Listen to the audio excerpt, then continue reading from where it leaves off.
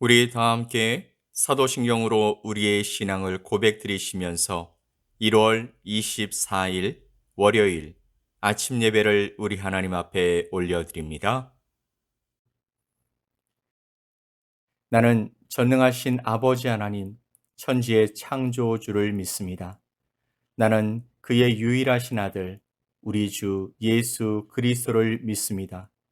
그는 성령으로 잉태되어 동정녀 마리아에게서 나시고 본디오 빌라도에게 고난을 받아 십자가에 못 박혀 죽으시고 장사된 지 사흘 만에 죽은 자 가운데서 다시 살아나셨으며 하늘에 오르시어 전능하신 아버지 하나님 우편에 앉아 계시다가 거기로부터 살아있는 자와 죽은 자를 심판하러 오십니다.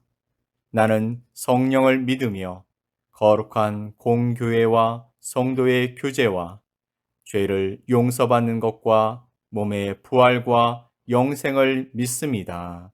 아멘.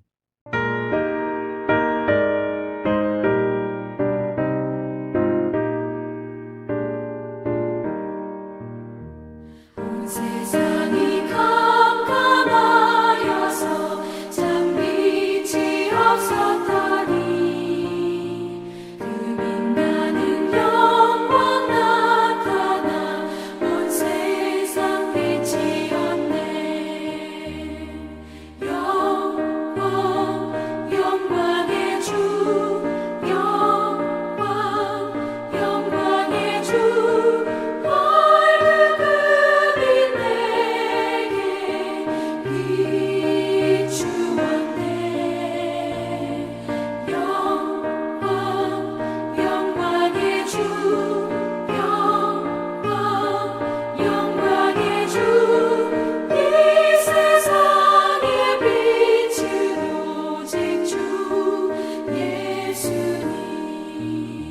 주 말씀을 믿는 사람은 그 맘이 시원하고 주 명령을 준행하는 자 그 길이 환하겠네. 영광의 주 영광의 주 밝은 그 빛 내게 비추었네. 영광의 주 영광의 주 이 세상의 빛은 오직 주 예수님. 죄 가운데 사는 사람은 그 눈이 어두워도 그 죄악을 씻는 날에는 그 눈이 밝아지네. 영광의 주 영광의 주 밝은 그 빛 내게 비추었네. 영광의 주 영광의 주 이 세상의 빛은 오직 주 예수님. 오늘 함께 보실 하나님의 말씀은 사도행전 5장 36절로 42절 말씀입니다. 사도행전 5장 36절로 42절 말씀을 우리 함께 보겠습니다.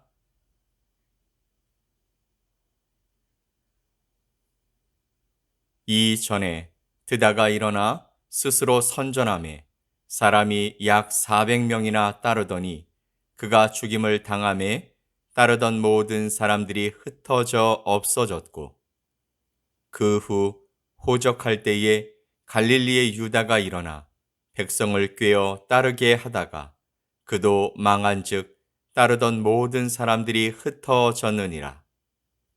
이제 내가 너희에게 말하노니 이 사람들을 상관하지 말고 버려두라. 이 사상과 이 소행이 사람으로부터 났으면 무너질 것이요.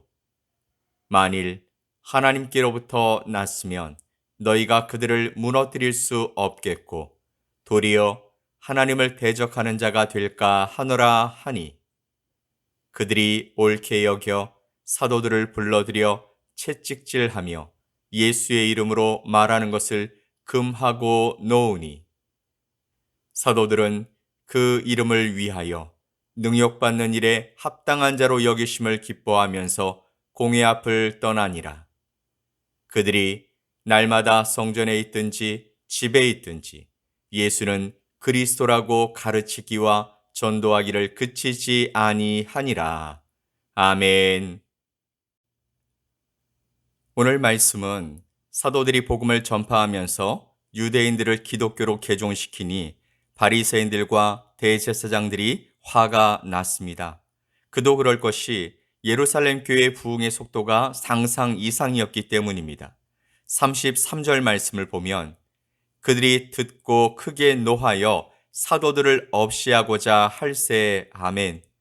여기서 말하는 크게 노하여라는 말은 가슴이 찢어져 나갈 것 같은 살기에 가득 찬 분노를 의미하는 것입니다. 그래서 그들은 사도들을 없이하고자 했던 것이죠. 그때 바리새인 중에 가말리엘이라는 존경받는 랍비가 사도들을 잠시 밖에 나가 있도록 하고 공회 중에 일어나 말합니다.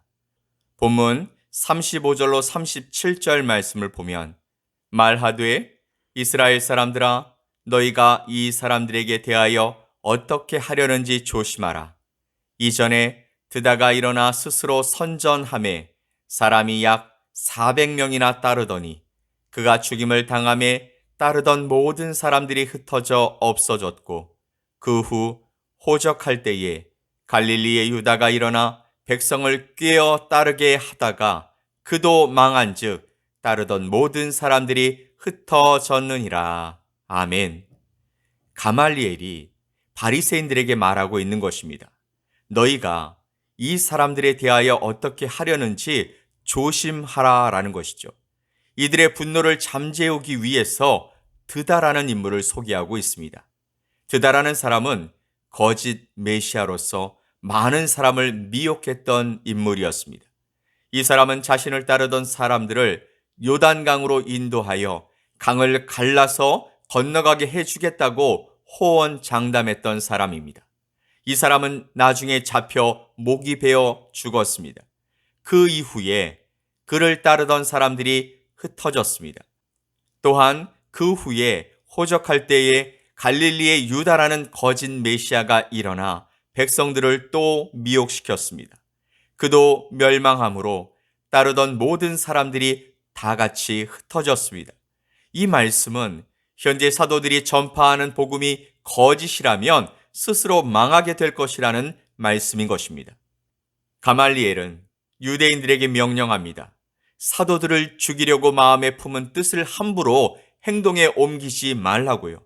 신중하게 생각하여 행동에 옮기지 않는다면 바로 너희들이 해를 받을 수 있다라는 말씀입니다. 우리도 교회에서 어떤 문제가 일어났을 때 함부로 화를 내거나 행동에 옮기면 안 되는 것입니다. 생각하고 또 생각하면서 하나님의 뜻이 무엇인지를 묻고 그렇게 행해야 한다라는 것이죠.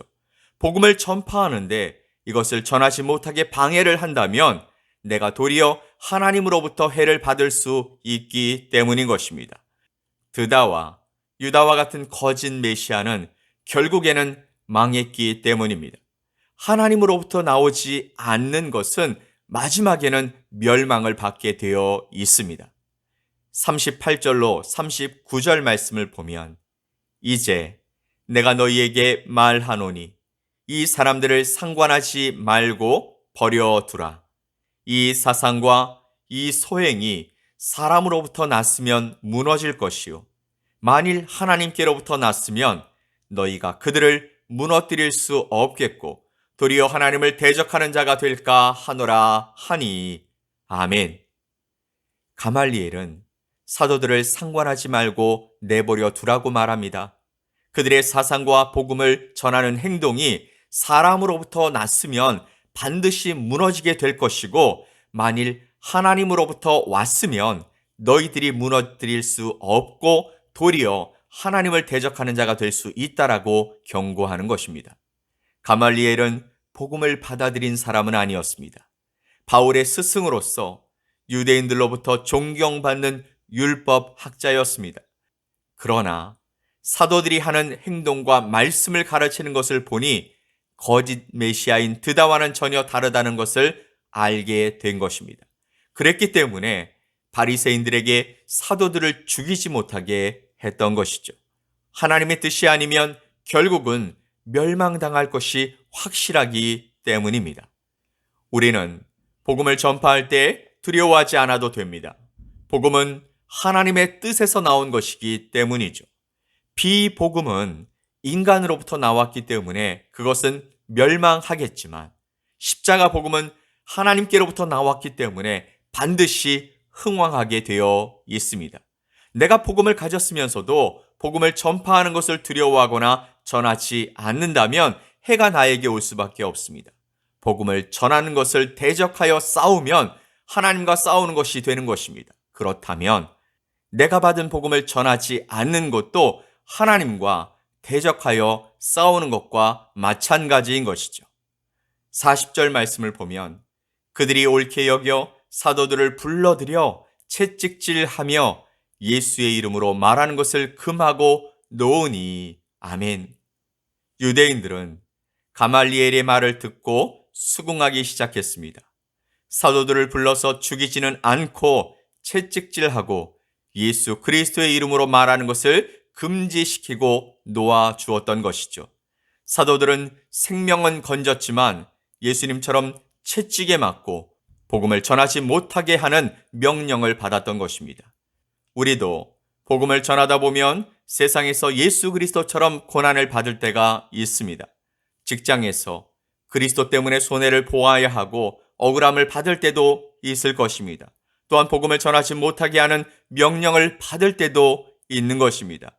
그래도 우리는 복음을 버릴 수 없는 것이죠. 왜냐하면 복음이 나의 생명이기 때문인 것입니다. 41절 말씀을 보면 사도들은 그 이름을 위하여 능욕받는 일에 합당한 자로 여기심을 기뻐하면서 공회 앞을 떠나니라. 아멘. 사도들은 풀려나면서 주님의 이름을 위하여 능욕받는 일에 합당한 자로 여김을 받는 것, 그것을 기뻐하면서 공회 앞을 떠났다라고 말씀하고 있습니다. 이 사도들은 예수 그리스도의 이름을 위하여 또 복음 때문에 자신들이 창피를 당하고 많은 사람 앞에서 모욕당하는 일을 기쁨으로 여겼다라고 말하고 있는 것입니다. 공회 앞에서도 자신들은 모욕을 당했습니다. 채찍에 맞고 복음을 전하거나 가르치지 못하도록 금지당하는 창피도 당했습니다. 그럼에도 불구하고 사도들은 자신들의 뜻을 굽히지 않았던 것이죠. 그들은 주님을 위하여 당하는 수모가 세상에서 그리스도를 모르고 구원받지 못하면서 사는 인생보다 더 가치 있는 인생이라고 생각했던 것입니다. 그들은 주님을 위해서 당하는 능욕은 합당하다고 생각했던 것입니다. 우리도 세상에서 그리스도인이라는 것 때문에 손해를 당하고 또 눈치를 보고 욕을 먹는 일이 있는 것입니다. 이것이 당연하게 느껴지는 것은 내 안에 예수 그리스도가 살아있기 때문인 줄 믿습니다. 주님이 주시는 힘 때문에 내가 수모를 당해도, 내가 능욕을 당해도, 내가 어려움을 당해도, 환난 중에 있어도 기뻐하며 이겨낼 수 있는 줄 믿습니다. 아멘.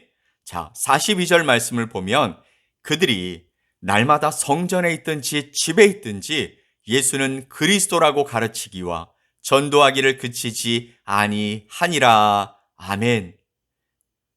사도들은요, 능력을 받는 일에 기뻐하면서 율법주의자들의 경고를 받았음에도 불구하고 계속해서 날마다 성전에 있든지 집에 있든지 예수가 그리스도 구원자라는 것을 가르치기와 전도하기를 쉬지 않았다라고 말씀하고 있는 것이죠.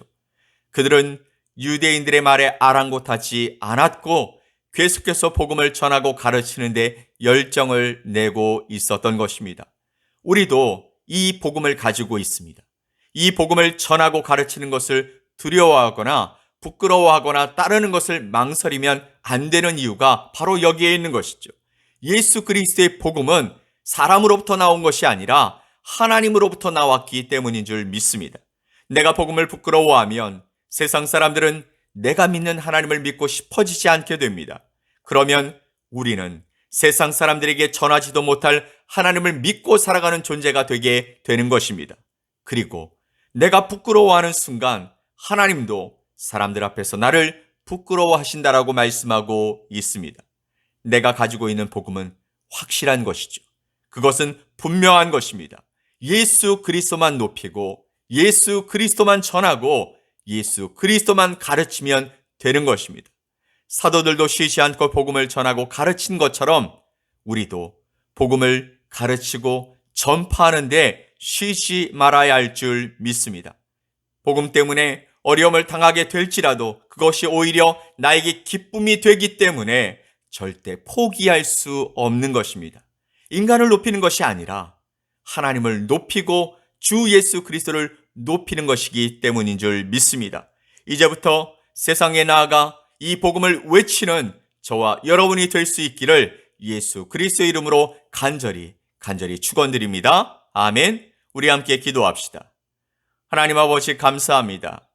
우리에게 생명의 복음을 주셔서 우리에게 구원의 길을 또한 허락해 주셨습니다. 이제 우리가 받은 이 복음을 어떤 환경 가운데서도 부끄러워하지 말고 전하며 살아갈 수 있게 하여 주시옵소서. 그렇게 지혜와 능력을 더하여 주셔서 복음이 복음되게, 그래서 주님을 믿고 주님을 따르는 많은 무리들이 주께로 몰려올 수 있게 하여 주시옵소서. 믿고 감사드리며 예수 그리스도의 이름으로 기도 올리옵나이다. 아멘. 하늘에 계신 우리 아버지여, 이름이 거룩히 여김을 받으시오며 나라가 임하시오며 뜻이 하늘에서 이루어진 것 같이 땅에서도 이루어지이다. 오늘 우리에게 일용할 양식을 주시옵고 우리가 우리에게 죄 지은 자를 사하여 준 것 같이 우리 죄를 사하여 주시옵고 우리를 시험에 들게 하지 마시옵고 다만 악에서 구하시옵소서. 나라와 권세와 영광이 아버지께 영원히 싸움나이다. 아멘.